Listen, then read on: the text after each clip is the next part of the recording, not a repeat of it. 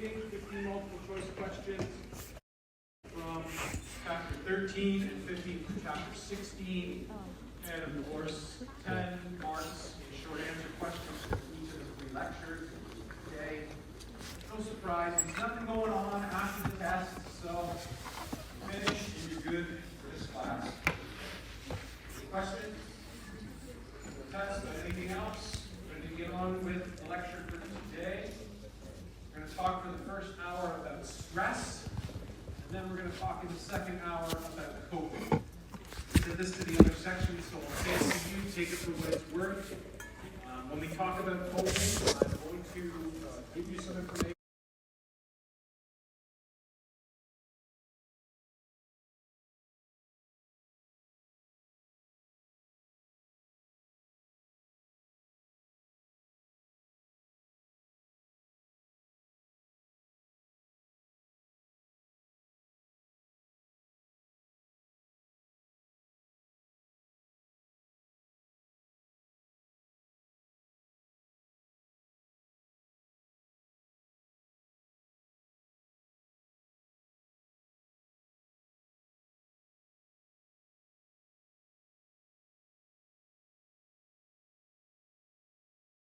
You probably haven't thought about or heard about before. I'm going to ask you not just to learn it, but to try if you are so inclined to accommodate that information into your worldview.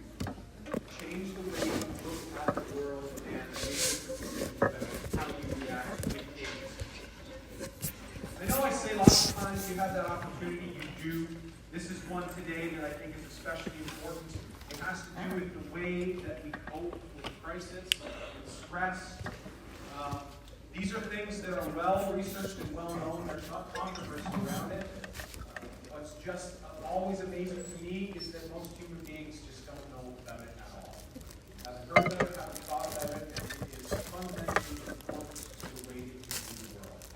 Hopefully today I will be able to provide you with a new perspective on the way that the world works with regards to your well-being, and that you will take it into account in a way that you will be able to use it in your life for the rest of your life. We talked about health psychology last time, promotion and maintenance of health, prevention and treatment of illness, and most importantly, and what psychologists do best, is the analysis of the healthcare system and health policy formation.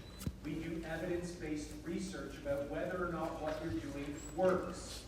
Whether or not the program, the treatment, whatever it is you've decided to put money into and invest in, we're going to make sure that it's valid, it does what you think it's doing, that it's reliable, and that what you're doing is real. And that it doesn't have terrible negative unintended consequences. What's terrible negative unintended consequences? I'll give you a great example. Of the Somerville Institute, they decided that they would really help out inner city kids in the Massachusetts area. And in Somerville, what they did was gathered up the poorest kids who had had lots of trouble with the law from the poorest neighborhoods, and they provided them with 2 weeks at a summer camp. Kind of camp that the rich kids go to every year anyway. And in this summer camp, of course, there's canoeing and crafts and everything you would do. And look, everybody thought this was a great idea. Let's help out inner city kids. Let's give them some, free weeks of vacation to enjoy and see what life is like outside of the city. Why wouldn't we do this? Unintended consequences. Now, the good news is that this was done by a psychologist. And so they did do research to ensure what they were doing was working. They didn't just decide, like the California Self-Esteem Project, to just pump in tens of millions of dollars into making everybody have higher self-esteem and ending up with these horrible unintended consequences 20 years later. And they really are coming to light worse and worse, with much higher rates of depression and anxiety and suicide and lowered self-esteem and less ability to handle adversity and so on. I'm making some pretty gross generalizations there. That's correlational data, not empirical data, so take it with a grain of salt. But I'm willing to stand up and say the California Self-Esteem Project was a complete and utter failure in every way, and certainly has brought about and will continue to bring about more negative adverse consequences than any positivity that it ever had. And that's because it was based on faulty assumptions, not understanding the difference between causation and correlation. Obviously things are going to go wrong when that occurs. So that's a huge problem. At the end of this whole thing, what they found was, compared to their peers who did not go in the Somerville program from the same place, those involved in the Somerville program ended up being the worst criminal offenders. Sending them to that school, to that summer camp, turned them into far worse offenders than they were before. Why the hell would that happen? Why would sending kids to summer camp make them criminals? Well, we have two answers. And both are backed up by empirical evidence. We can apply that evidence to this situation. We don't know if it's true for sure, but it certainly makes sense. The first one is relative deprivation. The second one is it's a bad idea to gather together a bunch of individuals with a criminal past, because they will own each other's criminal behavior. They get together and talk about what they've done, how they've done it, who they've done, where to do things, and they normalize this behavior. But that's not enough, because they get together all the time anyway. It's just not at summer camp. But they usually don't talk about it, what they do. That's something that I don't know is unique about summer camp. Meet new people, I don't know. The more important reason I think is very clear, and that's relative deprivation.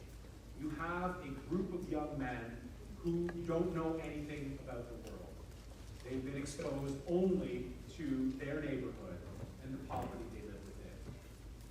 And they don't really understand what the rest of the world is about.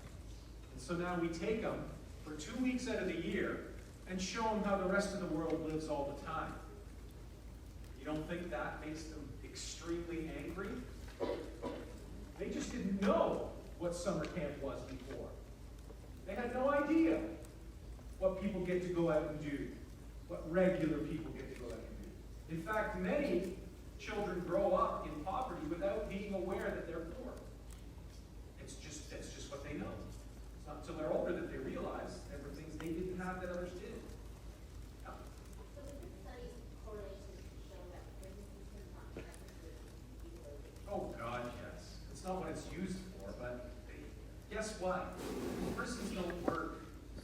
They don't rehabilitate. They make people worse. They are called, jails are college for criminals, and prisons are university for criminals. In that, they come out more often than not as more prolific criminals. Better criminals. I didn't make the system, and I didn't make the stats, but I don't think that would surprise anybody. That there isn't rehabilitation going on in prison. That it mostly makes people worse. That's not news to anybody, is it? No. We all know it. We just accept it and don't care. That's not an indictment on you or me. It's just a fact.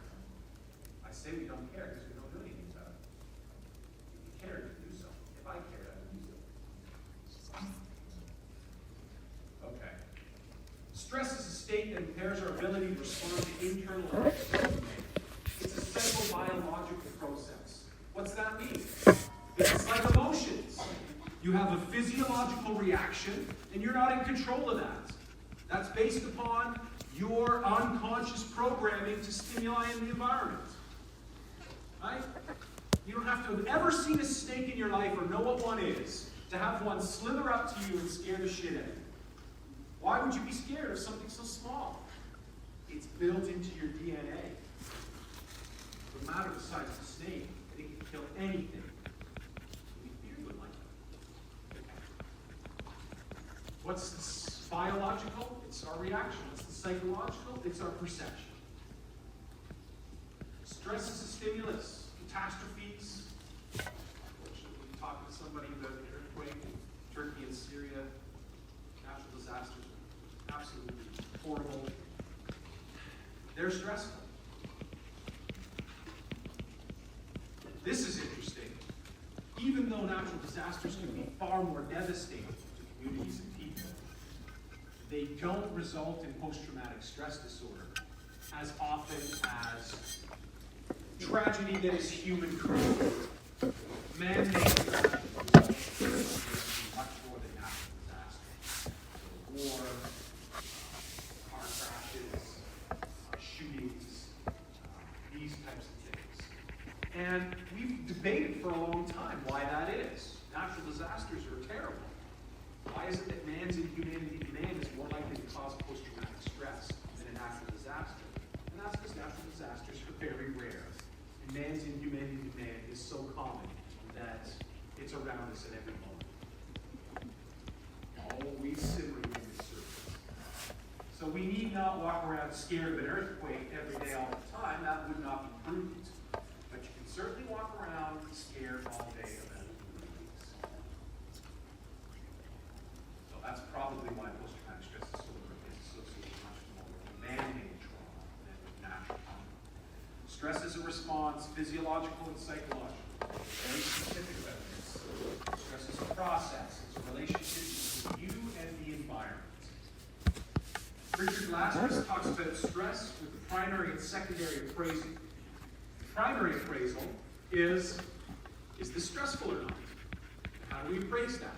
It's our subjective interpretation of what are the demands of the situation, and then our subjective evaluation of what resources we have to meet those demands. If we don't have enough resources to meet the demands, stress.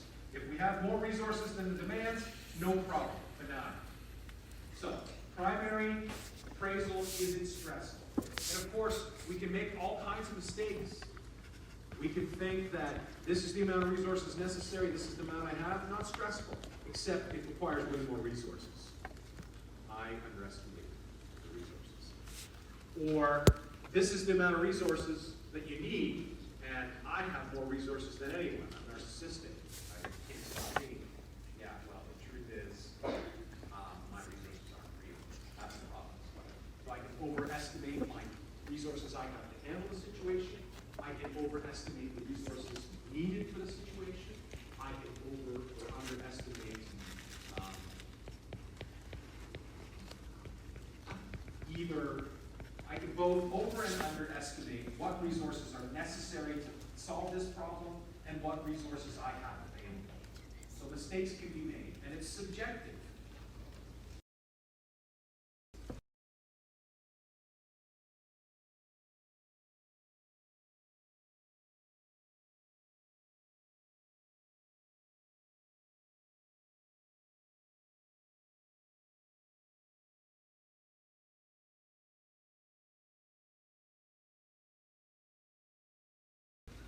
So it doesn't matter if you're right or not. And sometimes you can make a mistake, think you have way more resources than you need, and it turns out to be okay. But when it doesn't, that's obviously a big problem. Right? Obviously. Secondary appraisal, how do I deal with the stress? How do I use these resources? Lazarus identifies 3 types of stress. The first is loss. Person loses a loved one or a possession, or a job, or whatever, or a house, or whatever. Most common in this would be loss of a loved one. It's existential anxiety time. Nobody gets out alive. No one. Everyone dies. Period, end of story. Argument, 100%. Everyone you know will die as well. When will that happen? There's no way to know. Could it be the next second? It sure could. Could it be the next 50 years? Sure, why not? There's no way to know. You have to accept that it's going to happen, and you don't know when. That's not easy. Loss creates a great deal of stress for us. But here's where I want to make the distinction between emotion focus and problem focus coping. This is what I want you to understand. One, most human beings do not choose their coping mechanisms. They simply just do whatever makes them feel better. That's a mistake. Number two, there are different types of situations. Emotion focus versus problem focus. We need to choose the coping mechanism that fits the situation, because when we don't, it turns out badly. Most of us don't know what our coping mechanisms are. Even if we do, we didn't choose them. They came naturally. We didn't practice them or learn them. And they probably aren't the best ones you could use. Probably only the ones. Why? Because I know what coping mechanisms we're using. We'll talk about it. But let me just start by saying procrastination. Anybody not procrastinating? We already know everybody does. That's a coping mechanism. And a terrible one. How come? Because it just takes your stress and makes it bigger tomorrow. That's all it does. Why do we do it then? It's so bad. And the answer is because it works. It takes the stress away immediately. And that is the most powerful type of reinforcement. What type of reinforcement is that? What type? Come on. Most powerful type of reinforcement? Taking away something bad? Yeah. Negative reinforcement. Thank you. It wasn't that long ago we talked about negative reinforcement. And you ought to remember the laws of learning, because they're the three fundamental laws that all animals learn by. Not knowing those puts you at a disadvantage. Okay. Negative reinforcement is the most powerful. Taking away aversion from us. Threat. Threat is the most common source of stress. And you're not going to like this because it's foolish, but it is true. The vast majority of things that get you stressed and make you worried never, ever happen. When I say vast majority, I'm talking 99% of the things that you worry about don't come to pass. What does this mean? It means literally our imagination is killing us. Because our imagination allows us to forecast all possible negative outcomes, not all possible, just a bunch of negative outcomes. And we think about them automatically and process them automatically. And that causes us stress, which is very bad for you. Why is stress very bad for you? Well, let's talk about that. Okay, so threat, the most common form of stress, is simply imagination. It's not real. So why are we killing ourselves by imagining bad things that don't come to pass? And the answer is because that's the world we evolved in. Our system is set up to do that because that's really advantageous when you live in an environment where death is around the corner every day, all the time. Where you are hardly ever sick. That's exactly the type of system you want. But you take that same system and you give it to us, who almost none of us have our lives in danger in any way on any given day ever, and it is completely maladaptive and dysfunctional. Yes? Breakup is a loss, absolutely. You bet. And a hard one. Many people feel that they're not going to recover from it, that they might rather die than have to deal with it. Very serious. Yeah. She said loss of a loved one. I mean, like a boyfriend, girlfriend, a breakup. Yeah, for many people, a breakup is worse than a death. Ought not to be, but what can you say about it? Should feel the way they do or not? Okay, and I probably should say it ought not to be. Who the hell am I to say that? Challenge, opportunity for growth, a new job. That's the good news. Even the best things in your life are terribly stressful. Getting married, starting a new job, buying a new house, starting a new program at school, right? Even the best things in your life are very stressful. Does it make them better when it's stressful for a good thing? No, it doesn't. It's still the same poison in your body, killing you.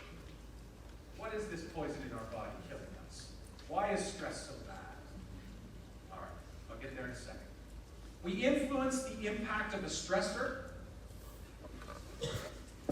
behaviorally, cognitively, and emotionally.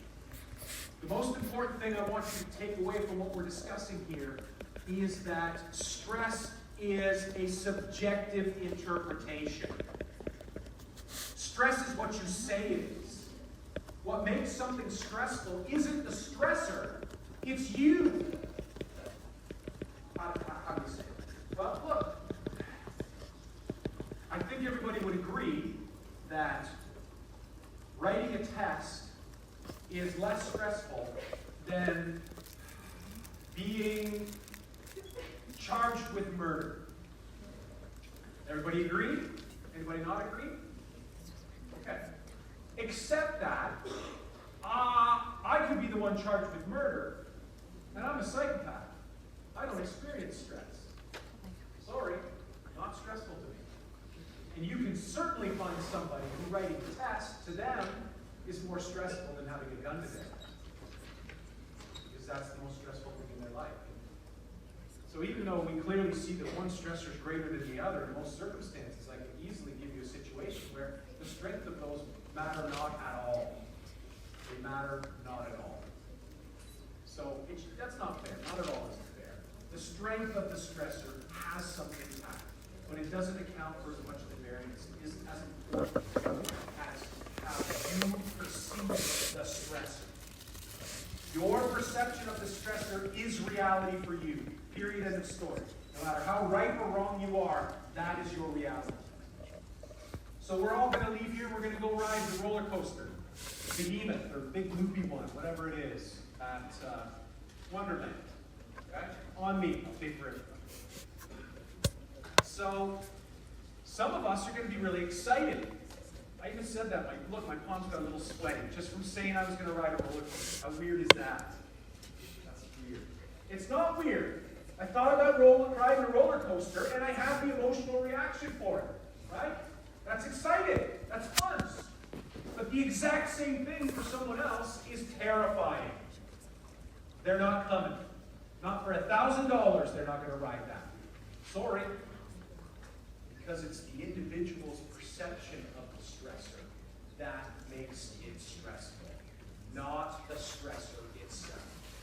So can you magically just say, nothing is stressful? La la la la la? And the answer is you can. But that would be a mistake. Because lots of things you don't want to deal with that kind of callous disregard. You better be on guard. Because there are many dangerous situations. So we've got to strike the balance, and that becomes incredibly difficult. How do we influence the impact of the stressor? Well, behaviorally, what's happened? Yeah, like, my dad died. And I'm very sad. So I'm going to go out and get drunk. And why not? Fair enough. Certainly won't think about it, but there may be some unintended consequences, especially if I start to rely on alcohol, which is a very terrible danger in these situations. Instead, maybe I should practice some meditation. Maybe I should do relaxation techniques. Maybe I should go swimming. Maybe I should do something else.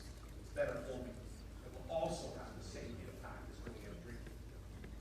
It's a choice. Cognitively, I'm going to fall into denial. It's not a problem. It's not an issue for me, or it's not a big deal, or I get over this. I'm not sad. I'm going to hide from my emotions. I'll process them. That works. You can use denial. It will work for a time. It's not that. Cognitive restructuring. We're going to talk a lot about that in the next section. That's the mainstay of cognitive behavioral therapy. That is identifying your maladaptive beliefs and exchanging them for more adaptive, evidence-based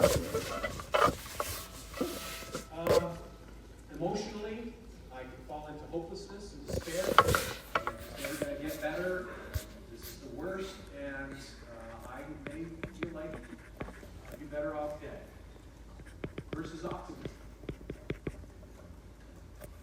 Every opportunity, everything that happens to us, good or bad, is an opportunity to learn and to grow.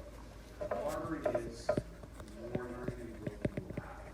And if you look at it that way, it's a little easier to handle, a little easier than it is to think that you are unlucky and victim and life is terrible. And these are all choices that we have the opportunity to make for ourselves. The problem is when we're in a crisis, we're so emotional, you cannot be expected to make a rational choice. This is something you're going to need to practice beforehand. This is something you're going to have to go through before crisis hits.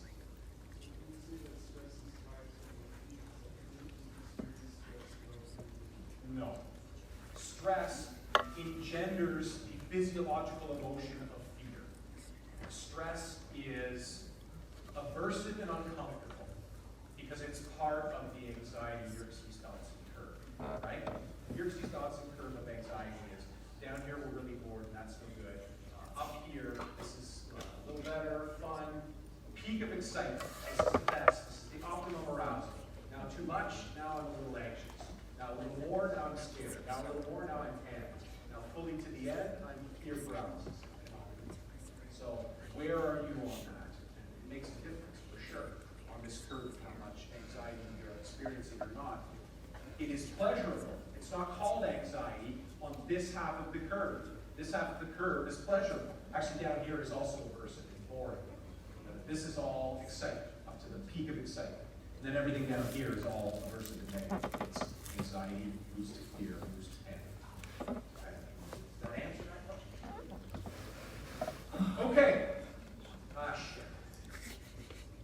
Where are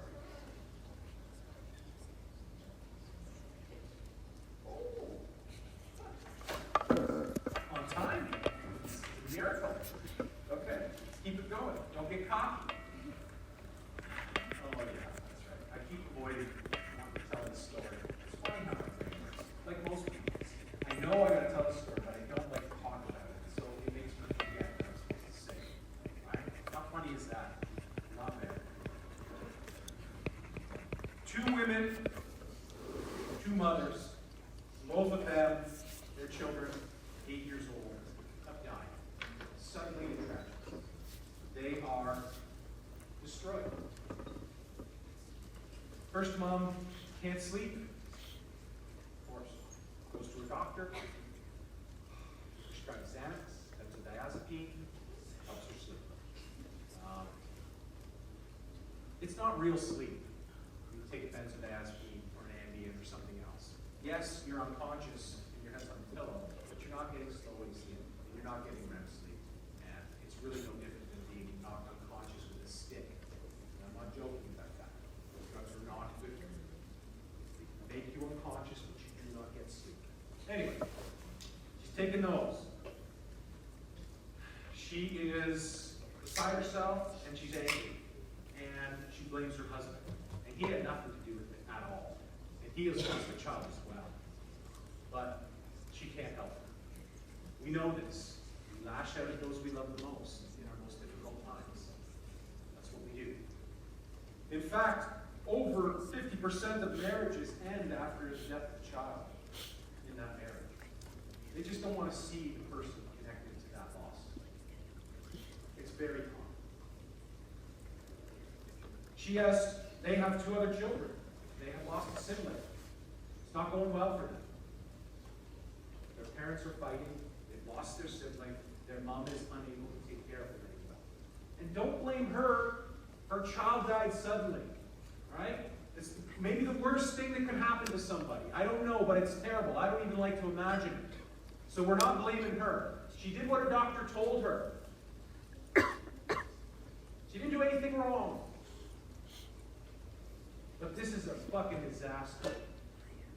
Because a year later, they're getting a divorce. She's addicted to the benzodiazepines. Of course, because you can't stay on them and not get addicted. They're not meant for any long term at all. And her children are in bad shape. Because they've lost a sibling and a mother. And their parents are divorcing. it's not ever going to be okay for this family. They're not going to recover from this tragedy. It will affect all of them for the rest of their lives. The other mom is exactly the same. Of course, she can't sleep either. Well, she knows the psychology. They recommend group therapy. Bereavement groups are incredibly important. When you've lost somebody, there's almost nothing that will make you feel better. One thing that will ease the pain somewhat is to sit around with other people who've also lost a child. Because misery loves company. It's sad but true. And because you don't want to be around anybody who hasn't experienced what you experienced, because they can't know. And they're going to say that they do. And they're going to say the wrong thing. Because who knows what to say in that situation. So she does group therapy. She moves towards her husband. They lean on each other in this difficult time. A year later, they're closer than they've ever been. They're never going to get over this. They've lost a child. Her 2 other children, they're getting therapy, individual grief counseling, and the family's doing counseling as well too. And it's like an hour a week, once a week. But it saves their lives. This family's going to be okay. They're going to all be able to live their lives and find joy and happiness again and overcome this terrible tragedy. The only difference between these 2 families is just a couple small decisions about how to cope. That's the only difference. One led to complete disaster, and the other allowed for a phoenix to rise from the ashes of a destroyed family. How do we decide to choose what's the best way to cope? Well, first you've got to know about it. All right. I'm going to pick that up there. Let's go to some of the nitty-gritty regarding the neurological, biological basis of stress. Stress is perceived by the cerebral cortex. Either that we have imagined something, and that has activated our fight or flight system, or we have encountered something. The amygdala reacts and sends the information to the cortex. But it doesn't matter. We begin the fight or flight as soon as the amygdala reacts. The amygdala errs on the side of caution. Whatever is unknown, whatever we don't understand, whatever is novel or new, whatever is unpredictable, whatever seems like it's not controllable, any of these things we default automatically treat as negative and aversive. We apply caution to that. And once again, in 99.9% of our evolutionary history, this was exactly the right and most adaptive way to live in the environment that we lived in. It's just, in our current environment, it's maladaptive. And we're not going to adjust for another 10,000 years, because that's how long it takes. If we maintain this status quo for 10,000 years, which there's no way we're going to. It's going one way or the other. It's not staying the same. Okay, that affects the hypothalamus. Remember, the hypothalamus is the puppet master. It sits above the pituitary gland and tells the pituitary gland what to do and when to do it. Remember, the hypothalamus is responsible for the 4 F's: feeding, fighting, fleeing, and mating. It stimulates the adrenal medulla glands. They secrete the catecholamines, epinephrine, and norepinephrine. This is the adrenaline package. And there is well-documented evidence regarding superhuman strength as a result of an adrenaline dump. 3, these are all ones I've seen the videos for myself, not of them actually doing it, but interviews with some after and eyewitnesses. They're actual events that are well documented. 16-year-old kid working on an old car with his grandpa in the garage. The car falls off the blocks, how, we don't know, whatever, crushing the grandpa. 16-year-old kid, and he's skinny as anything, I'm telling you. He's like a rig. He lifts up the 2,000-pound car. His grandma pulls the grandpa out from underneath it. And they weighed the car around 2,000 pounds, and they said him to lift it is more than 1,000 pounds of lifting. That's superhuman strength from a skinny little teenager. have another where he's a firefighter off duty, sees a car accident, pulls over, and they're waiting for the ambulance to come. And the EMT that's there, there's a guy that's there already from the fire department, EMT. He says the ambulance is 60 seconds out, and he's not going to make it. He's not going to live 60 seconds. And so the guy climbs under the car and like pushes the car up. Like from underneath the car, gets up, it's like a push-up, and lifts the car up with his shoulders and arm enough that they can pull this kid out of the seat. Yeah. And there's one where a mom saved her child also, lifted a car up, yeah.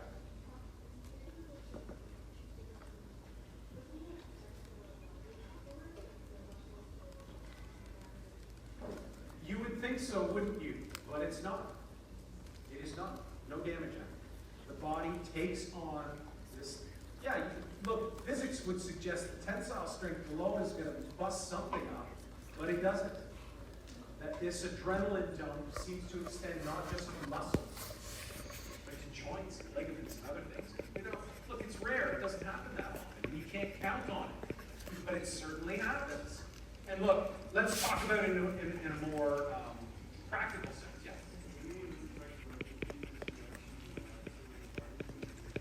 It would be too unethical. You have to create a situation where you literally knew someone was going to die. It's just never going to work. Because hundreds of millions of people experience adrenaline dumps and you can't do that. Like, this is very rare. We don't know why or when or who. We know exactly why. We don't know why their adrenaline dump is so much powerful than the human. We don't know if it's them, or the situation, or the psychology, or it's magic. We don't know. And it's not the kind of thing you can study, because you can't make it happen artificially. So you can only ever see it happen, and then look at it after, and we haven't drawn much conclusions. But this we know. I tell you, I love MMA, and so UFC, I watch all the time, and you get a very experienced UFC fighter. When they come in and fight somebody, they usually, for the first 60 seconds, just dance all around. They don't throw a punch, they don't engage. And one of the reasons is, especially for new fighters who are coming to the octagon for the first time, you know, you're in front of the cameras. You have 20, 30,000 people around you screaming, millions of people watching on TV. It really creates a lot of adrenaline. And so lots of fighters come out in that first 30 to 60 seconds of a fight chock full of adrenaline. If they hit you, you're going out.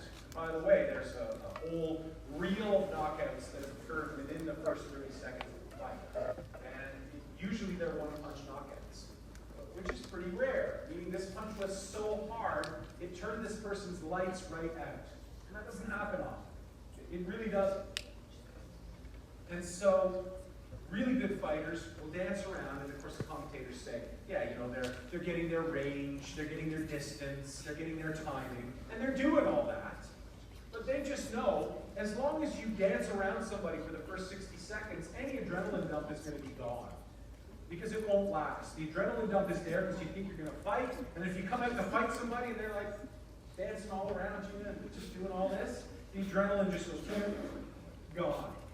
Because you're not really under threat. And then once that adrenaline dump is gone, you're like a rag doll. You're like a baby. Doesn't matter how big and strong you are or how well trained you are. Only the wrestlers have a chance to grab for a leg and do whatever they can to hold on. Because when you get that tired after an adrenaline dump, you are basically completely helpless. And many a fighter has learned that the hard way.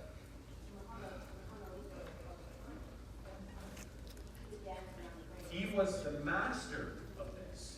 So Muhammad Ali, a boxer, was the master of conserving his adrenaline dumps. So some people learn how to do this, and it's directly taken from predatory animals. Most of us have an adrenaline dump when we're under incredible threat, life or death threat. Really good fighters learn to control that adrenaline dump.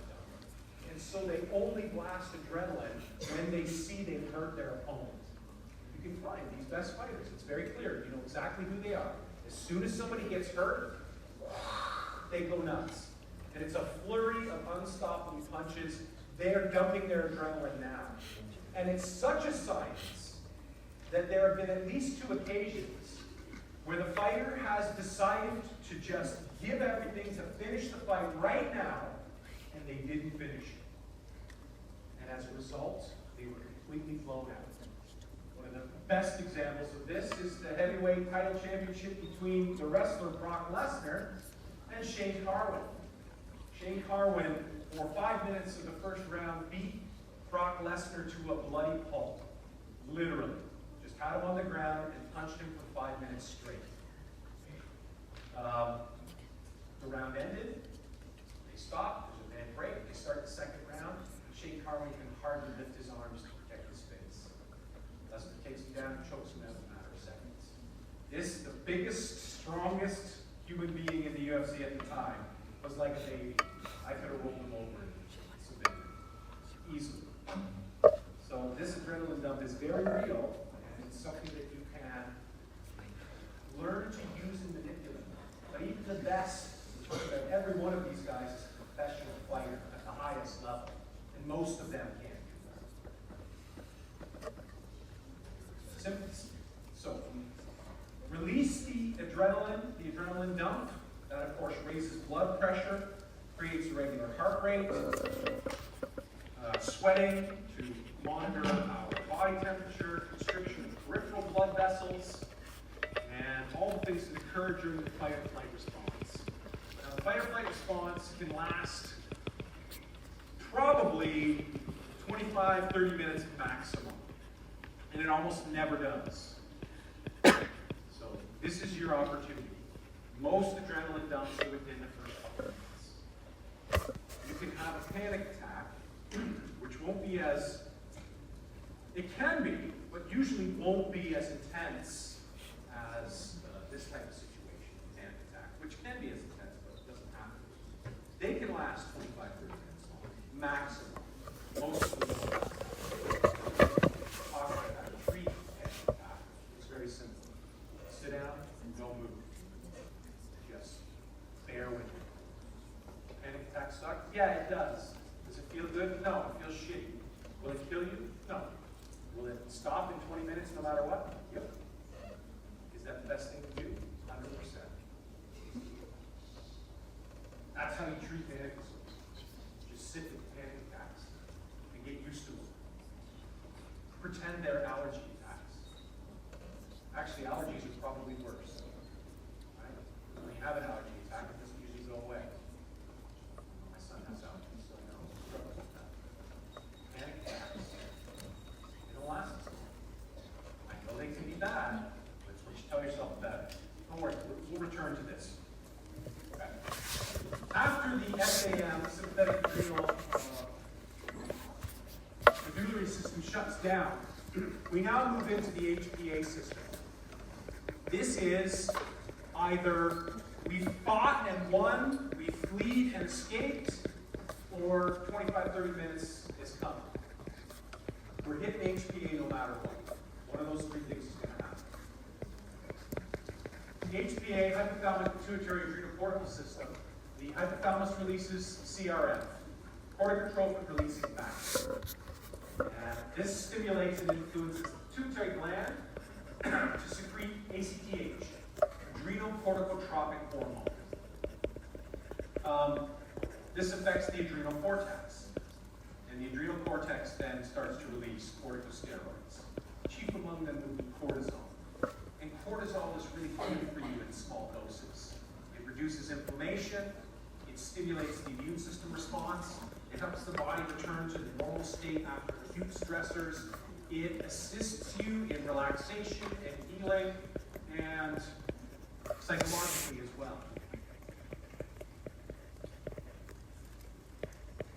Being exposed to an acute trauma, like somebody beats me up and robs me of gunpoint, an acute trauma. We're actually built to handle acute trauma.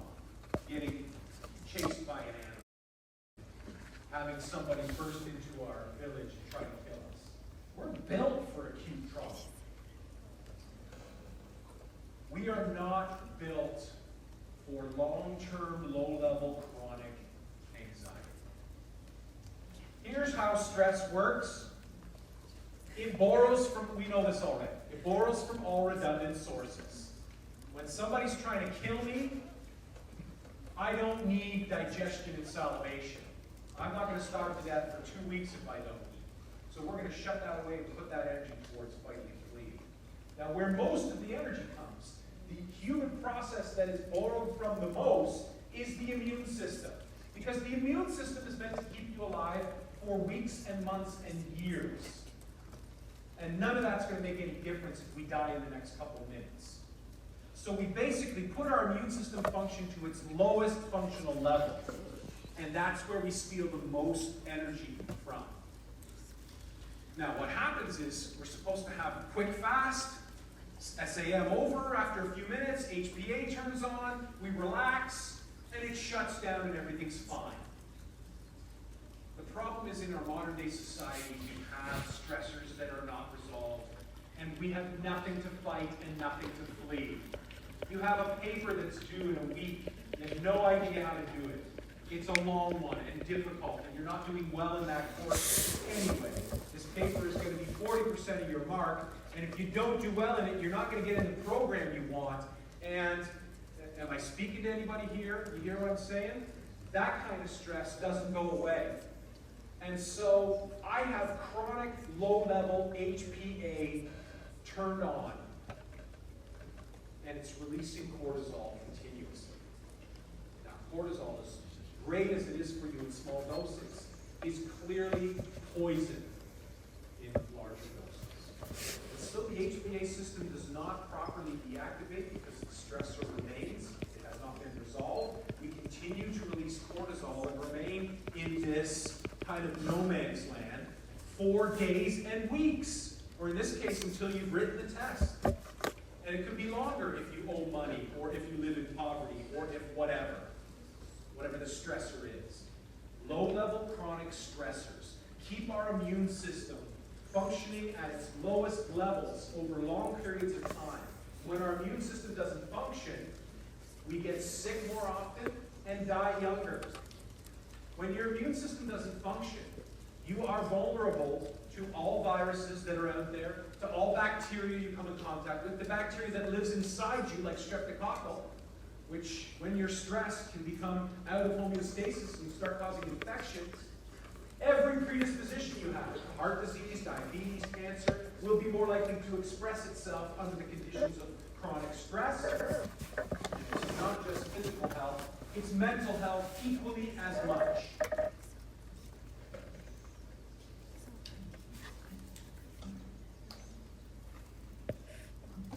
Physical symptoms of stress, and this is no exhaustive list. I just grabbed a few out here. I'm sure you can think of more. Increases in heart rate, blood pressure, increases in adrenaline and noradrenaline. I prefer to say epinephrine and norepinephrine because that's correct. Stomach ulcers, more likely for men than women. That's usual biology. Injuries, you're just more likely to get hurt when you're stressed. Fatigue, you're more likely to die when you're stressed. When you die of worry, sure, the Bay Street lawyer has a heart attack, the widower who dies a month after his wife of 55 years passes away. I can go on and on. The heart disease, that is the leading killer of developed nations. Here's some good news. Heart disease is not the #1 killer in Canada anymore. It's cancer. Yay, cancer! No, it actually is good news. Heart disease is by far the leading killer in the United States, and has been in Canada for decades. The good news is we are doing much better with heart disease in Canada. It's not that we have more cancer, it's that we have less heart disease. That's really something to do. The numbers have not changed in the States. They still have more heart disease. That's good news, right? That's good as part. Lung disease, increased sweating, skin rashes, headaches, cancer, muscular tension, sleep disorders. Take your pick and add 20. There are lots of physical symptoms of stress. Prolonged exposure to stress suppresses cellular immune system functioning, as I just described to you in some detail. It produces hemodynamic changes, increased heart rate and blood pressure. The heart and cardiovascular system is a pump and valve system.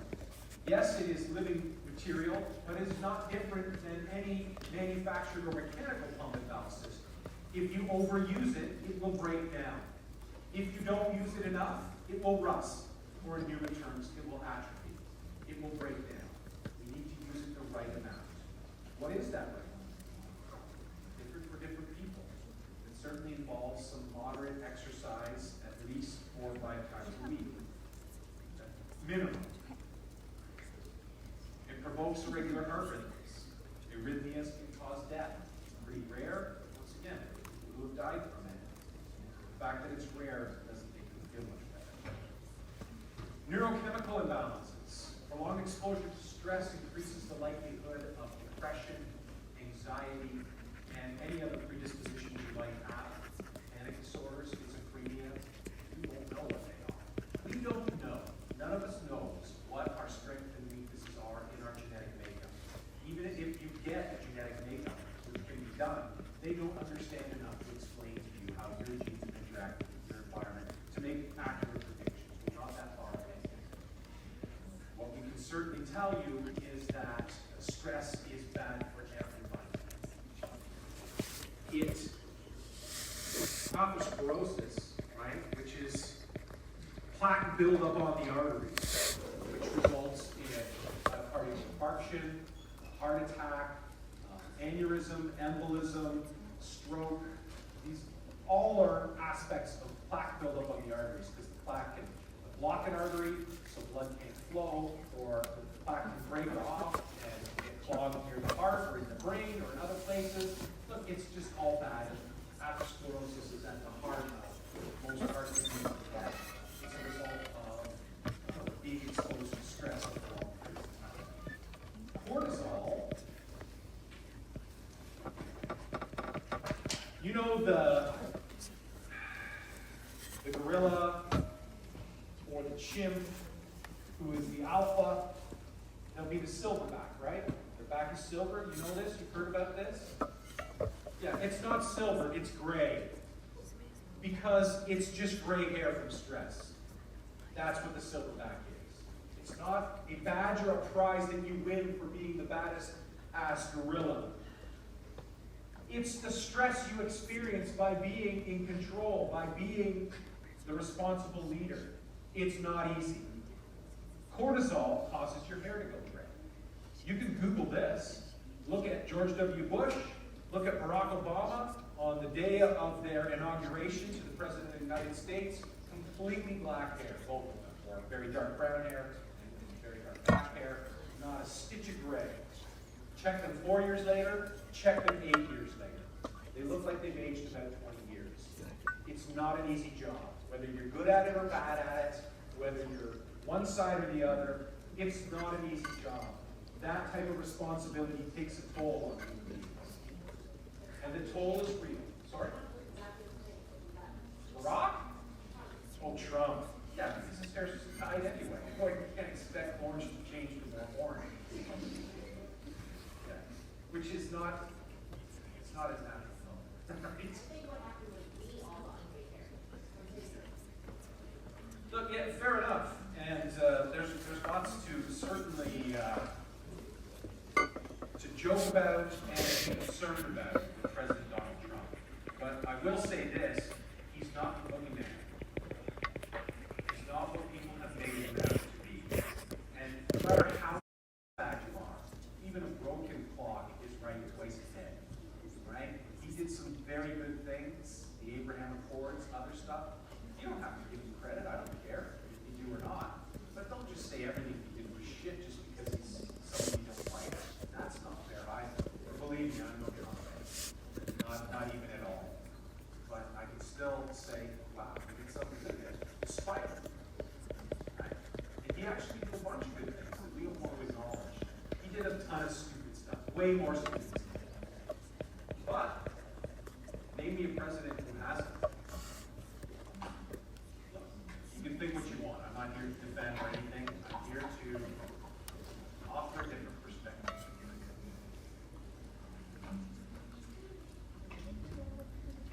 Oh yeah.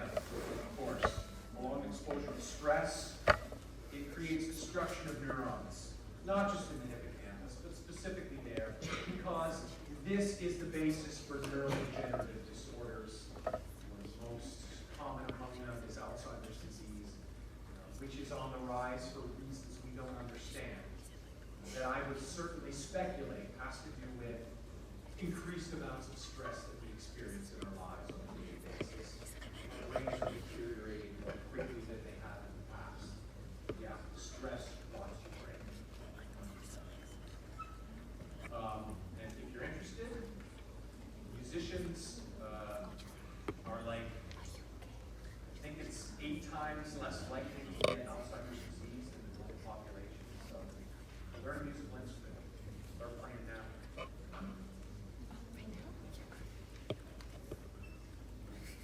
Psychological responses. Oh my God, I have to let you go so late. Okay, go take 5 minutes before you get no break. You can say, Dax, it's 4 o'clock and we have a break. You can tell me in case I check my clock recently.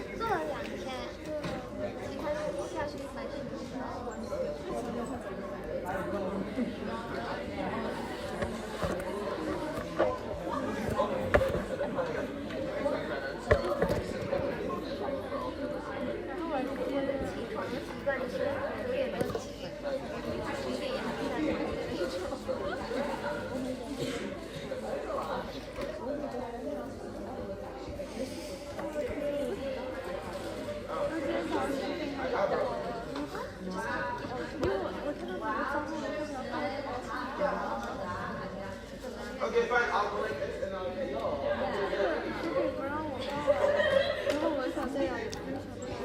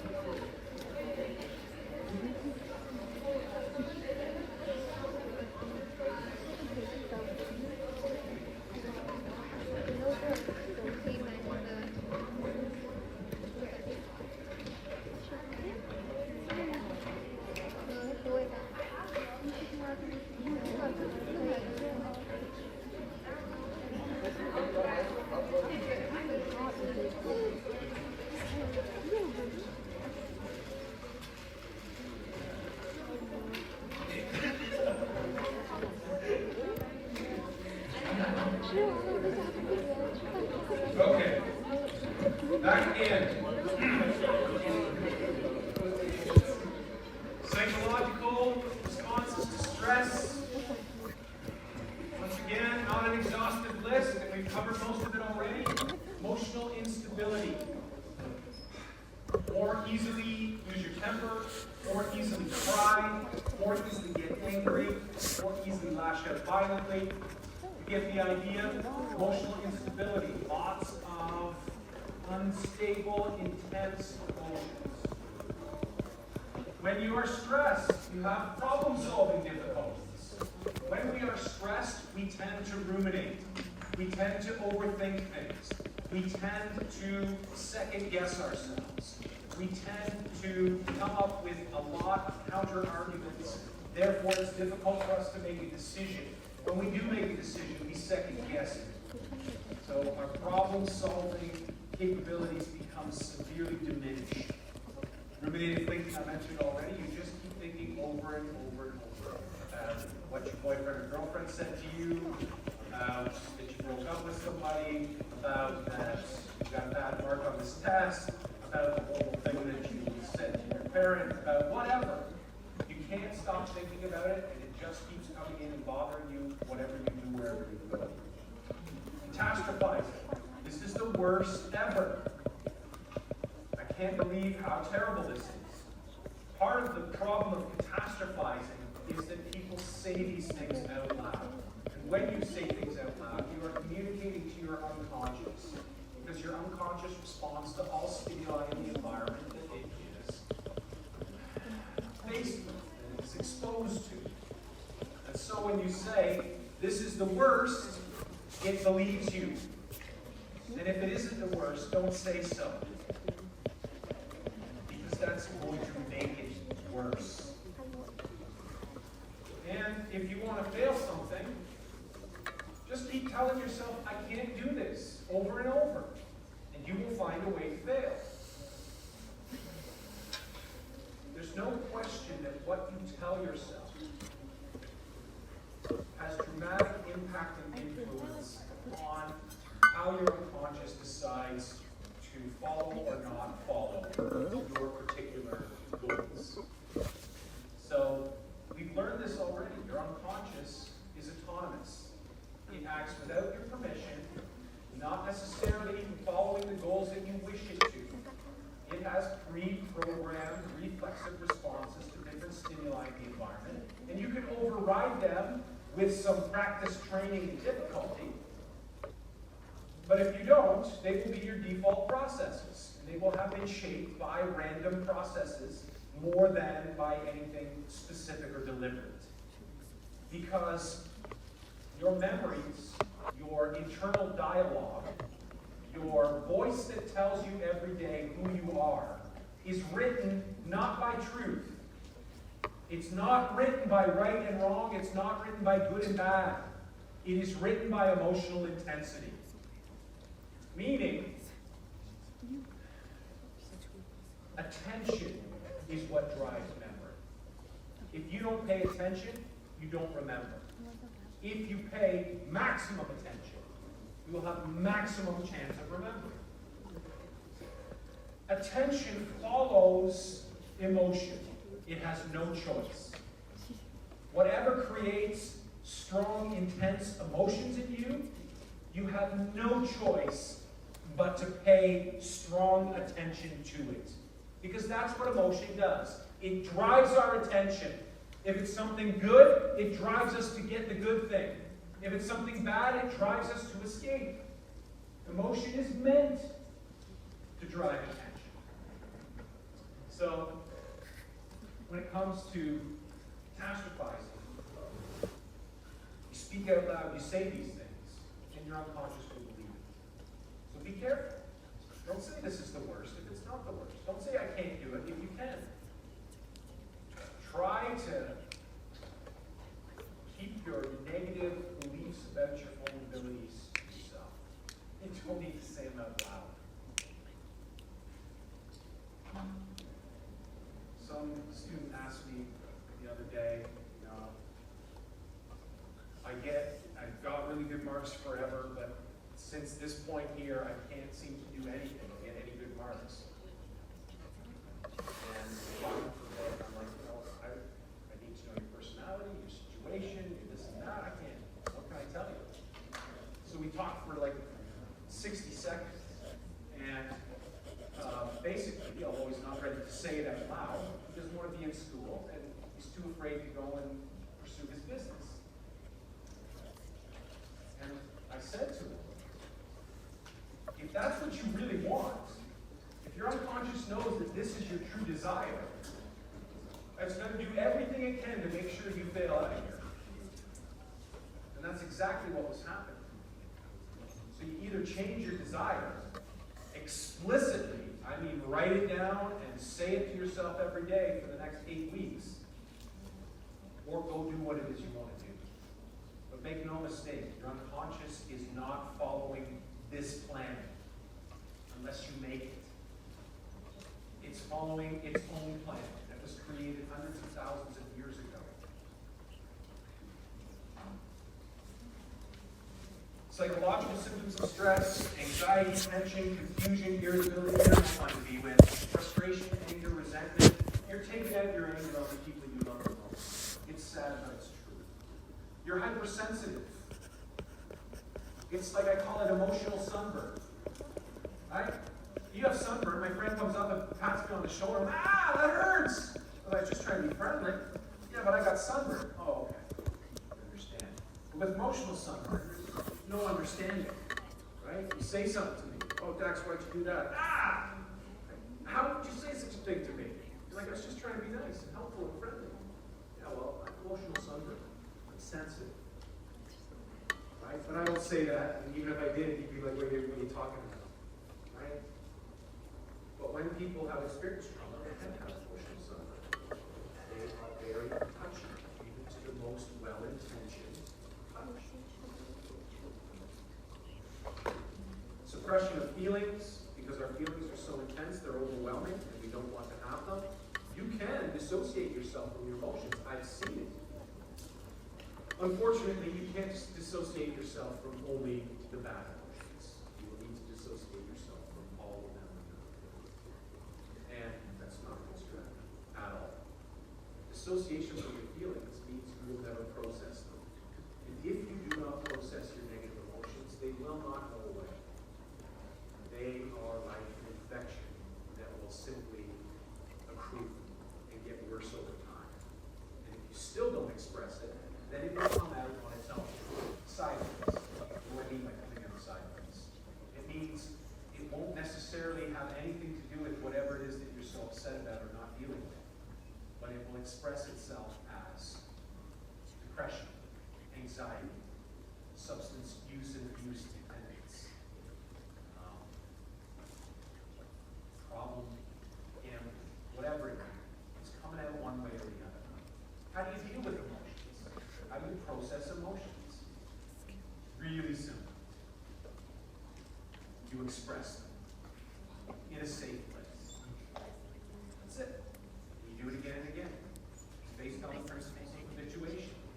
Pavlov's dogs keep salivating to the bell. If I keep ringing the bell, they're going to stop salivating.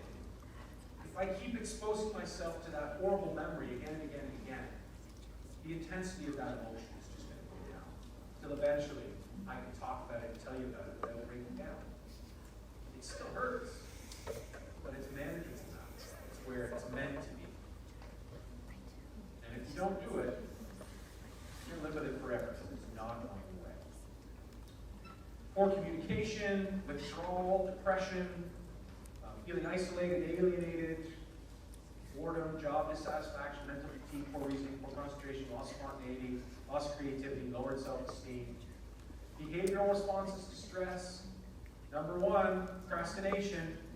Why do we procrastinate? Because it works. It takes away our anxiety in the moment. And what it does is just brings that anxiety to tomorrow. It makes it worse. It's a terrible coping strategy. Why do we use it? Because it takes away our anxiety in the moment. It's immediate gratification. It's negative reinforcement, the most powerful type of reinforcement. So of course we use it. And by the way, procrastination is just one form of avoidance. And avoidance is the number one behavioral response to stress. What am I going to do? I'm going to go out drinking. I'm going to go shopping. I'm I'm going to play video games. I'm going to surf the net. I'm going to be on Facebook. I'm going to, whatever you're going to do. I'm going to have sex. I'm going to eat. I'm going to gamble. None of those things that I just said are bad. In fact, they're all things I like to do. But when we start doing these things, not for the inherent and intrinsic enjoyment of the thing, but to protect us from experiencing anxiety, now we have corrupted that thing. It's no longer something that we do for fun. It is now what we use to stem off and stave away anxiety. And that's when things that aren't physiologically addictive become addictions. Like every one of those things I just mentioned. Lower performance. There's just about nothing you do better when you're stressed. You run faster. But anything that requires any amount of skill, you do worse. Increased alcohol, drug use, and abuse. Once again, that should just be drug use and abuse because alcohol is a drug.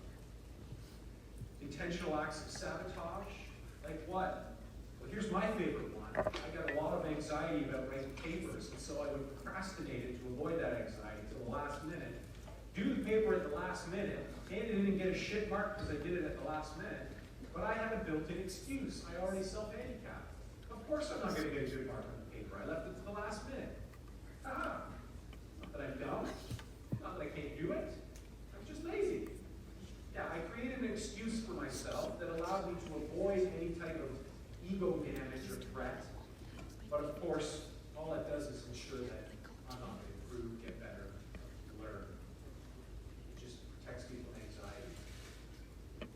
Here's the thing, I've been talking a lot of shit about anxiety. I've been saying anxiety is bad for you in so many ways. It is. But you know what's good for you? To experience lots of anxiety and learn to handle it. That's really good for you. It's no good to experience anxiety if it doesn't in any way result in mastery or ability to improve your hardiness, to increase your resilience, thank you, your ability to handle adversity. That's a really good thing that we've been discouraged from. Let's protect everyone from any anxiety. Okay? Except you can't. Except that's not possible. And when you do, it's a disservice to that person. What are you saying, Dax? We should expose children to as much trauma as possible? Obviously not. But the answer isn't to not expose them to any ever. That's equally wrong and has equally negative outcomes. Okay.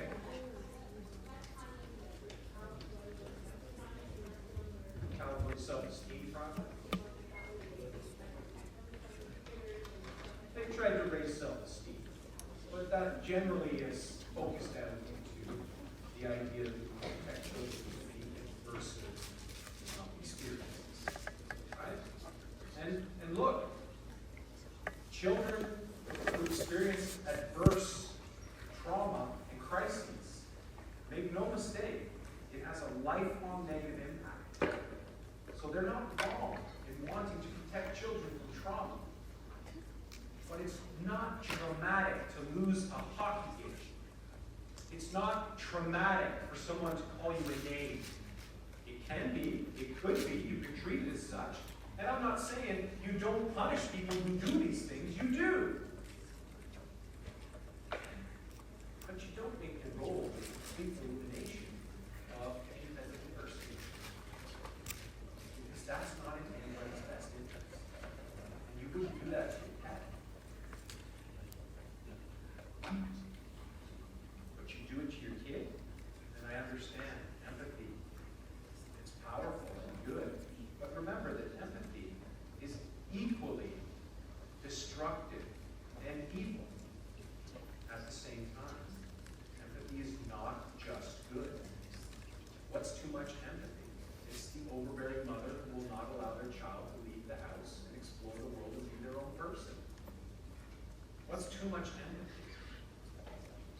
you so much, I know what's best for you. And you'll do what I tell you, whether you want to or not. Empathy is everybody gets your shot because we don't want to cram it down. Empathy is very good. It's not only good. What we're reading is escape, weight loss, weight gain, increased recklessness, gambling. Oh man, people are stressed, more aggressive, they commit more crimes. And it's not because they become more criminal. It's simple. You're more likely to lose your temper. You're more likely to lash out at somebody. That's crime. Anybody here never lost their temper? So you're all potential murderers. And that's not a joke. 65 to 70% of all homicide is someone lost their temper and killed someone. They never planned on it, they would never do it, they're terribly sorry they did for the rest of their lives forever. That's 70% of homicides are like that. If you don't think you can kill somebody, think again. You're a few beers and a bad argument and losing your temper away from killing someone. Me too, don't worry. It's not just you. Me as well. Okay. I have that over again, so whatever gains I made, I've lost somewhere. This is what's the most important part of this lesson. That we understand the difference between problem-focused and emotion-focused coping. That we understand how to choose the proper coping technique for the problem that we are experiencing. And this is a choice and can be done consciously. Most people do not. They simply cope the way that they have learned vicariously or through osmosis. That have been talked about or considered. Coping is the process by which we manage to perceive discrepancy. Doesn't matter what the real discrepancy is, it's how you perceive it. You make a mistake on either side, thinking you have enough resources and don't, or thinking you don't have enough resources and do. Recognize the importance of individualistic coping mechanisms. You choose your coping mechanisms if you choose them. And that will determine the outcome of the stressful events. The impact depends on how the event is phrased, not the event itself. We all have great influence and control over how we react to stress, yet hardly any of us do anything about it. This is not new research. It's been around a long time. Why is this research not making it out to the rest of the world? Motion-focused coping. You control the emotional response to the stressful situation. You have a stressful situation. Ask yourself, is there anything I can do to solve the problem? Is there anything that can be done? If there is, that's problem-focused. And your number one goal is to solve the problem. Here's an easy one. You got a paper due in a week, worth a lot. You don't know how to do it. You're anxious. In this scenario already. You need to get started, right? Well, that's problem-focused coping. That's my call.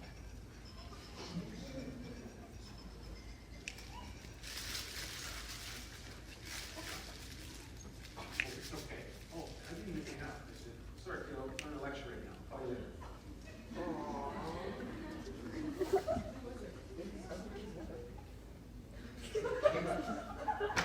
He's not really like a kiddo. He's like 6'3".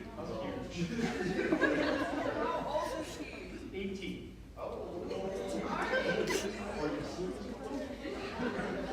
He might get away with it on the line. Okay, sorry about that.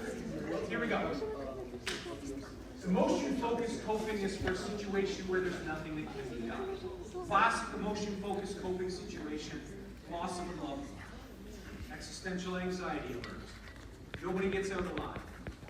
Everybody dies. Everyone you know is going to die. When's that going to happen? Nobody knows.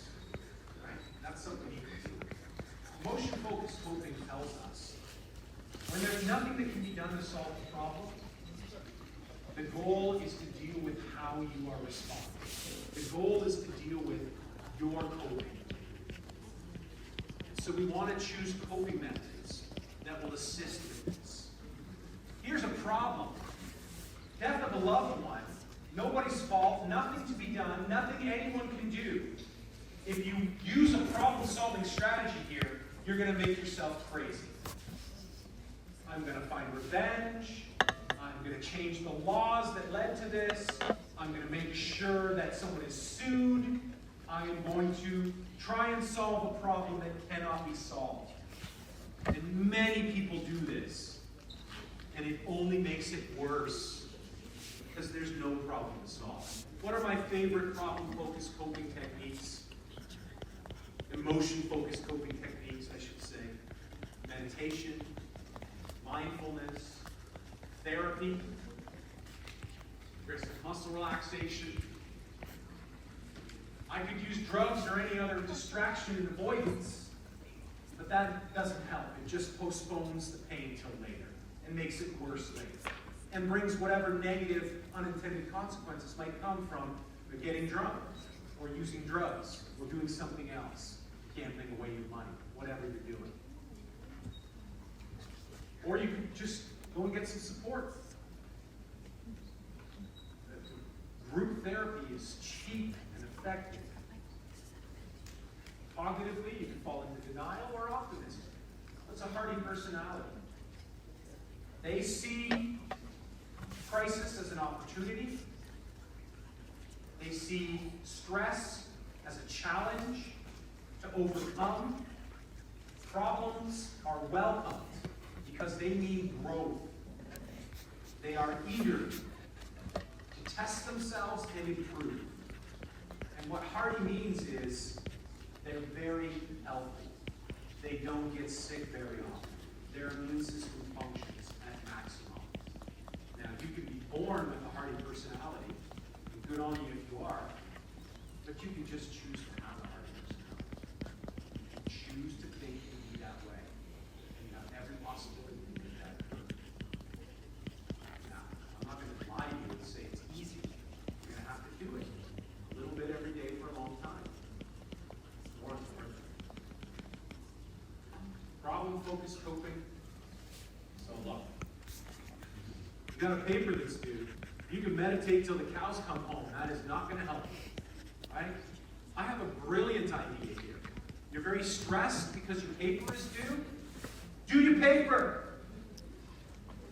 Make that your number one. You're stressed because you owe money? Pay back the money. It's brilliant. Easier said than done. But here's the thing.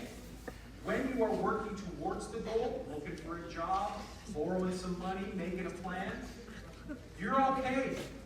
As long as you're moving forward, even the smallest amount, you're okay.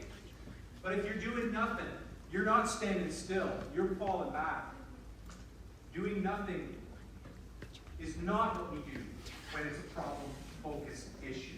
So can you differentiate the crisis in your life as problem-focused? There's something I can do to fix this, and that's what I'm going to concentrate on. Or it's emotion-focused. There's nothing anyone can do to fix this. I need to concentrate on what will help me deal with this in the best possible way. So now you know there is a distinction between these two types of situations, and you need to recognize it so that you can opt for the proper coping mechanism that's going to work best in this situation. And it's actually really easy if you've thought about it and planned it out. You know exactly what's going to be a good coping mechanism for you in that situation. But if you haven't thought about it before, if you haven't planned it out to some degree, the chances that when you are in crisis that you will do it are slim. Very slim. If you've got it written out, if you've considered it, the chances that you will do it are great. Now look, I'm hoping nobody ever has to deal with any of these situations in their life. But that would be a good strategy.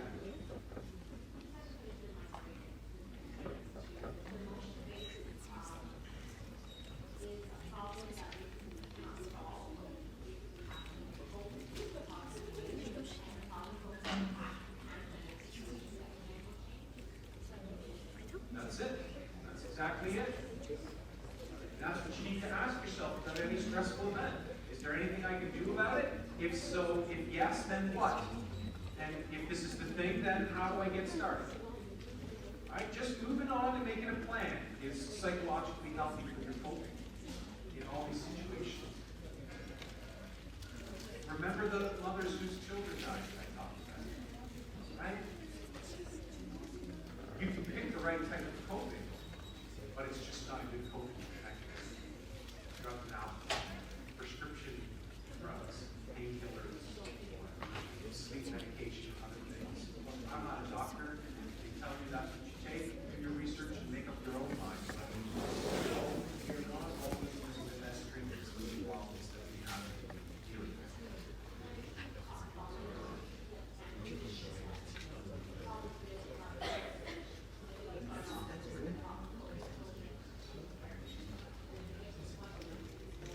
100%.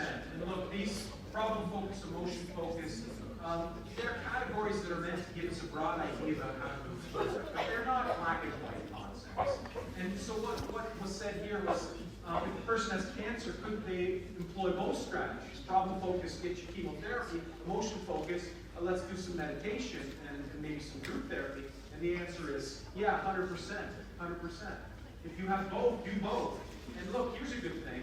If you're doing problem focus, you have unlimited emotion focus you're allowed to do. Right? If you're already doing your problem focus for the problem, do as much emotion focus as you like, as long as problem focus is still at the top. Right?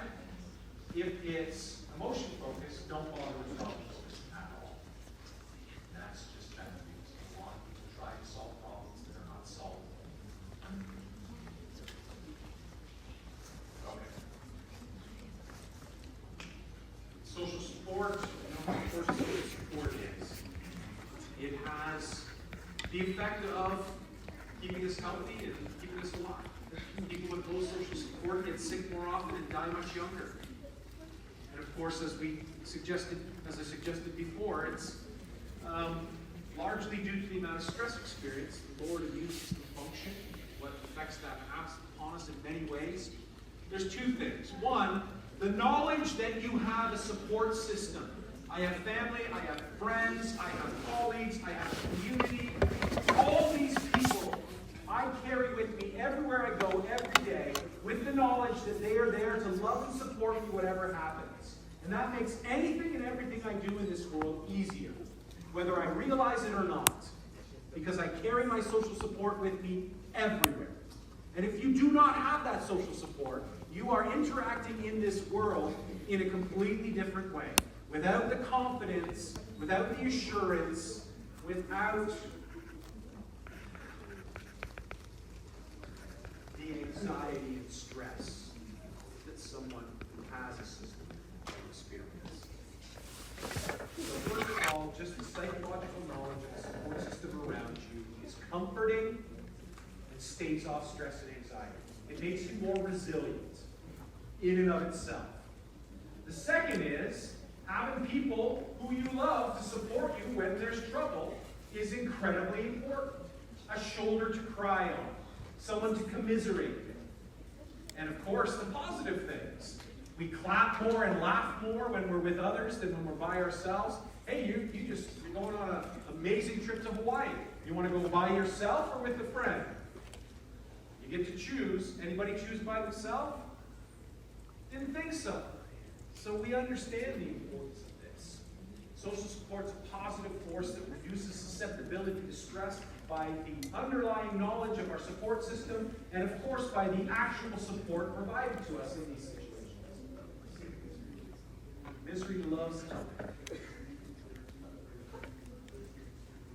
Yes. Yes. There aren't going to be many safe environments where you as a parent who lost a child feel like opening up. If you're in a room with other people who've lost a child, that's the one place where you're going to feel comfortable. And that's exactly the point. That you're there just to process your emotions, just to be able to talk about something that you can't really talk about with other people. Okay.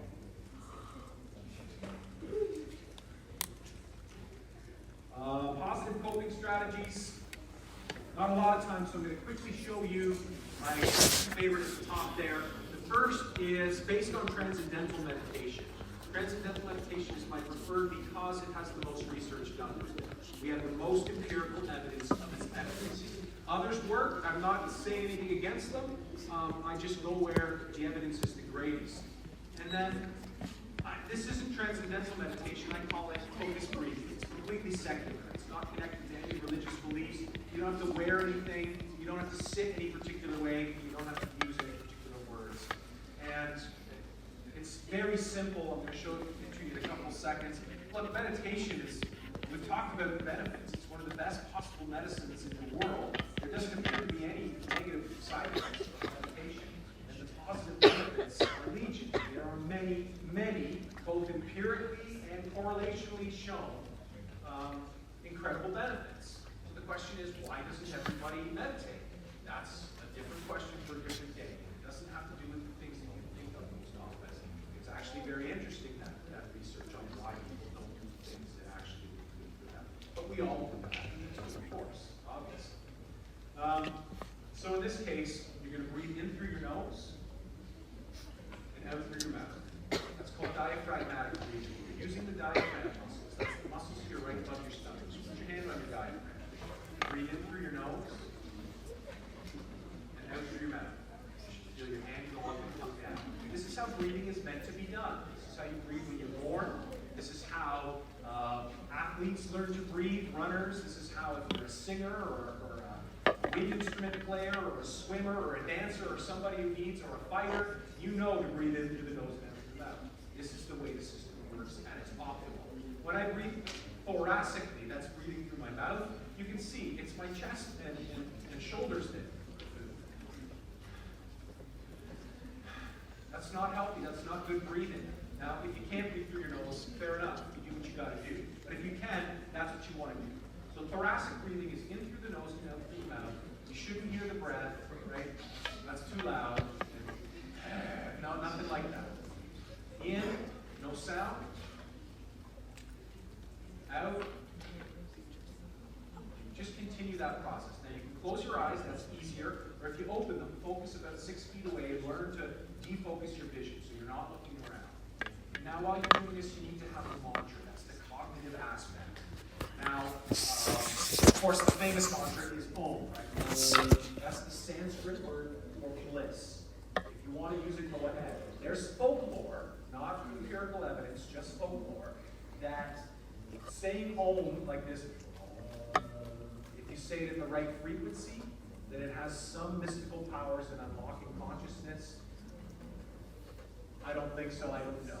But that's the hearsay. So if you want to use Om, it's only going to be useful if you say it out loud, right? And I don't know what that magical frequency is. And it could just be a story. It could be that science hasn't caught up yet. Both are very possible. But you can say any word you want, right? Like, banana, that's fine. It doesn't make any difference. Pick a word, say it over and over again. Now, while you're breathing in through the nose and out through the mouth and saying your word over and over again, your brain is thinking. All you do is just, anytime you notice that you're not thinking about your mantra, just bring it back to your mantra. Don't get mad, don't get worried, don't answer the question. Your brain is going to always do, I've been doing this for decades, and my brain still does this. In fact, if your brain stops doing that, you're in trouble. So all you're ever doing is just bringing it back. There's no amount of ability needed for this. Anyone can do it.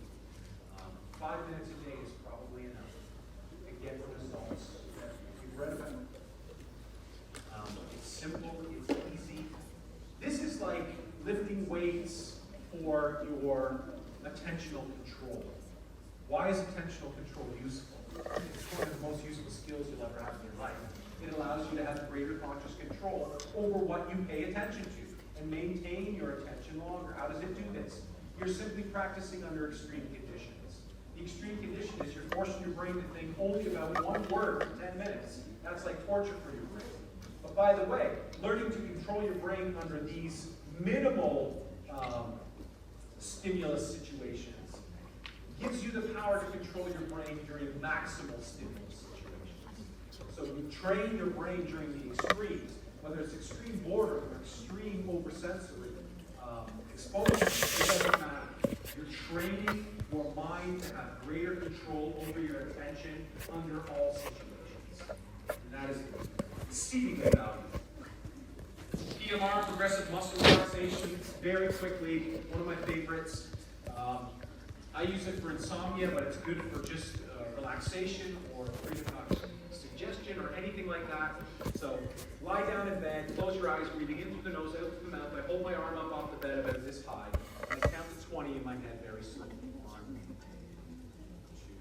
2, 50, 20, lift this arm up. Same thing. The nose, out through the mouth, eyes closed, breathing, counting to 20 in my head very slowly. When I get to 20, drop this down. Now I do it with my leg. Count to 20 with my leg, right? Drop it down, do the other leg, hold it up, count to 20 slowly in my head, right? Drop it down. Now the fifth section, I'm doing my abdomen, midsection. I tense it as much as I can as I'm laying down. It's uncomfortable, I'm still breathing. It's very difficult to breathe. That's good, you can still do it. And the last one now, I'm lying down, I bring my chin up to my chest, and I shrug my shoulders tight like this. Still breathing, still counting to 20. When I'm done, I release it. Oh, just doing even that small version of it makes me very tired. But condition myself. Forgive me. Sluggish now. This works really, really well. Now, if you've done this progression and you haven't fallen asleep, get out of bed, open up a book. I recommend a textbook. Not second time, it's too interesting. Something else. Read it until you feel a wave of tiredness. When you feel that wave of tiredness, jump in bed and try and fall asleep. If you still don't fall asleep, you can do this PMR exercise again. And if you still don't fall asleep, get out of bed, read again, wait till you're tired, go back in. If you still don't fall asleep, you can do it a third time. Now it's going to take about an hour to go through all 3 times and to also read in between. Most people never have to do that. Most people, 1 time is enough. If you've done it 3 times and you're still not falling asleep, it's just not the technique for you. And that's certainly possible. Although I have certainly used it myself since I was a teenager, and I've taught it to, I'm going to say, thousands and thousands of people. There's no question that that's true. It's a very, very useful and valuable technique, either for insomnia, as I showed you there, or just to learn how to relax yourself. Progressive muscle groups are relaxed by tensing your mouth. Very, very useful. Cognitive restructuring, we're going to talk a lot more when we talk about treatment, as it is the mainstay technique for cognitive behavioral therapy, the gold standard treatment for almost all mental disorders, not schizophrenia, not bipolar disorder, but for just about all the others. Cognitive behavioral therapy is the gold standard treatment, so evidence-based best effect, and cognitive restructuring is the mainstay. Cognitive restructuring is simply, I told you already, identifying your maladaptive beliefs that you hold about yourself in the world, and then criticizing them. If they're not true, we get rid of them. If they're true, you got to keep them. If they're not true, we get rid of them. But you don't just get rid of bad ideas. You have to exchange them for ideas that serve the same purpose, but are adaptive, functional, and evidence-based. I will show you how to do that with a couple of things. One, I will talk about a student who believed that she was dumb and ugly, although she was a 4.0 student at the University of Toronto, and I'm going to say attractiveness as 10. Yeah. So how does somebody who is exceptionally attractive, objectively speaking, right? It's not me who thinks this, but I certainly agree. How does somebody who is objectively speaking the highest level of attractiveness and one of the smartest people at one of the best universities think that they're dumb and think that they're ugly? And the answer is pretty simple. Their father told them that every day. And so they believe it. And she was mixed race. And her father called her horrible racial slurs for the race of her mother. And so you talk about somebody who hated herself. Talk about how to become somewhere. And talk about something a lot less difficult, but exactly the same idea. I overcame my belief that I am short. That I honestly believe that I'm short. 6'2", so that's kind of really dumb. It's relative to the exact. How would I believe that I'm short, given that I'm tall? And the answer is, my brother's 6'9", my dad is 6'5", my uncle's 6'10".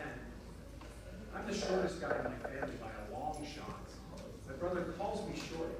That's just for fun. And so, over my life, I believed I was short. Now, what does that mean? Sometimes I would feel short. What does that mean? What it means is I would feel inadequate, not good enough. And I would go on that onto height. Why? Because that's what was available to me. You can feel lots of different ways that have very little to do with that feeling. Feeling is being underlined by something else. But the good news is, I know I'm not sure. And I'll explain to you how cognitive restructuring allows that to occur. To get somebody who's 6'2" to understand that they're not short, that's a pretty easy day for cognitive behavioral therapy. That's going to be very simple to do. The trick is convincing somebody, because everybody deals with this at some level or another, of their personal self-worth. Because a lot of people believe that they're not worthy of love, that they're not good enough. And it's a lot harder to prove that to somebody. So we'll talk about how we do that as well. Because it's not objective, right? Height is objective. Your worth as a human is completely subjective. Visualization and imagery. What can I say? Dual code memory trace. So when I tell you to remember Roy G. Biv, don't just remember the name, but remember what he looks like. Make an image of him. That'll make it twice as easy to remember. That's the dual code. Visualization. When we treat people for cancer, we ask them to visualize the radiation and chemotherapy in you as sharks swimming in your bloodstream and eating the tumor. And it works. It's helpful. Not without the chemotherapy and radiation. You have to have that. Then you add it in. You extend it. And of course, we all know about sports psychology. Virtually every Olympic athlete everywhere in the world has a sports psychologist now. Why? Because they work. Because world records get smashed. How do they do it? Why? Visualization is one of the biggest techniques that they have. Visualize the perfect start. Visualize winning the race. Visualize wearing your gold medal, standing up, holding your flowers. Visualize everything, because it works. And I would go beyond this. I would say visualization is great. Dreaming it is better. Lucid dreaming it is almost as good as doing it for real.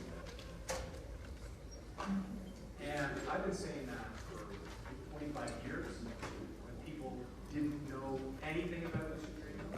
And I'm happy to say the evidence has proven that to be exactly the case.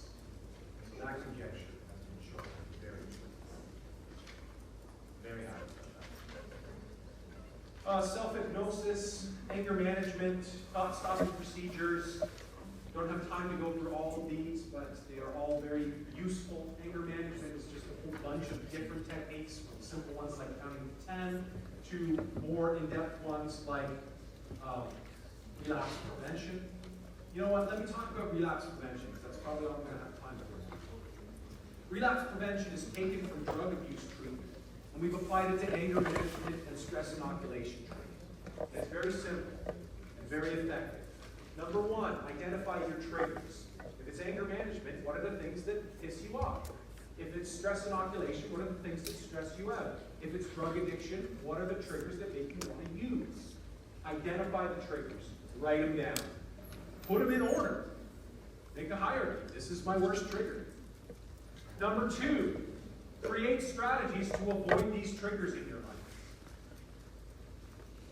Definite, applicable, practical strategies that allow you to have the greatest chance to avoid any of these triggers. Number three, you have set behavioral routines for how you will act if and when you confront any of these triggers. And if you have it written down and you thought about it, you are so much more likely to engage it than if you've only thought about it. Thinking about things doesn't make it likely that it will occur in the moment. Planning it, writing it down, and what we do as therapists is get you to sign it as well, like a contract. And there's a norm for you. Everybody here understands that saying something out loud doesn't carry the same weight as signing your name to a document. And that's a custom of our society. But we all agree that that's the case. So we use that against you, or in this case, for you, and get you to sign your document. A suicide contract, a drug use contract, because it increases the credibility of the motivation. It's just a trick, but it's incredibly effective. Signing your name is actually ridiculously to make you, keep your word any more than usual. But of course it does for most people. All right. Affirmations. I have only 30 seconds here, so this is what I will say. Affirmations are one of the best ways to reprogram your internal dialogue. In other words, if you want to, cognitive restructuring is one way to overcome internal dialogue by changing your maladaptive beliefs for adaptive ones. Another way that is perhaps even more effective is the use of affirmations. So if I have problems with self-worth, for example, I'm going to make an affirmation. I'm going to write it on a sticky note. I'm going to say, right now, as I am, I'm a worthwhile human being, worthy of love and respect. And I don't care what you believe, that's true for all of us, for every person. And if you don't believe that about yourself, it's problematic. So I'm now going to put this sticky note on my bathroom mirror. And as I'm brushing my teeth when I go to bed, I'm going to look in my own eyes in the mirror and I'm going to say this. I, as I am, right this moment, am worthy of love. I'm a worthwhile person worthy of love. And I'm going to wake up in the morning and I'm going to say it again. And I'm going to do it every night and every morning for at least 2 or 3 weeks. And it is going to have a functional difference on how I view myself in the world. If you want to reprogram your unconscious, you need to get to the level of unconscious. You're not going to do it through consciousness. If I want to have a lucid dream tonight, I put myself in a hypnotic state through just progressive muscle relaxation, and then I say, be lucid tonight. Why is that so much more effective? Because I'm placing the suggestion at a level of unconscious, where it will act automatically on its own. It has no requirement of my conscious motivation for it. That's why it works. Because conscious motivation isn't very good. That's why 99% of our, yearly, of our New Year's resolutions fail because they're conscious. Okay, that's it. Good luck on the test next week, everybody. Study well. It'll be easy.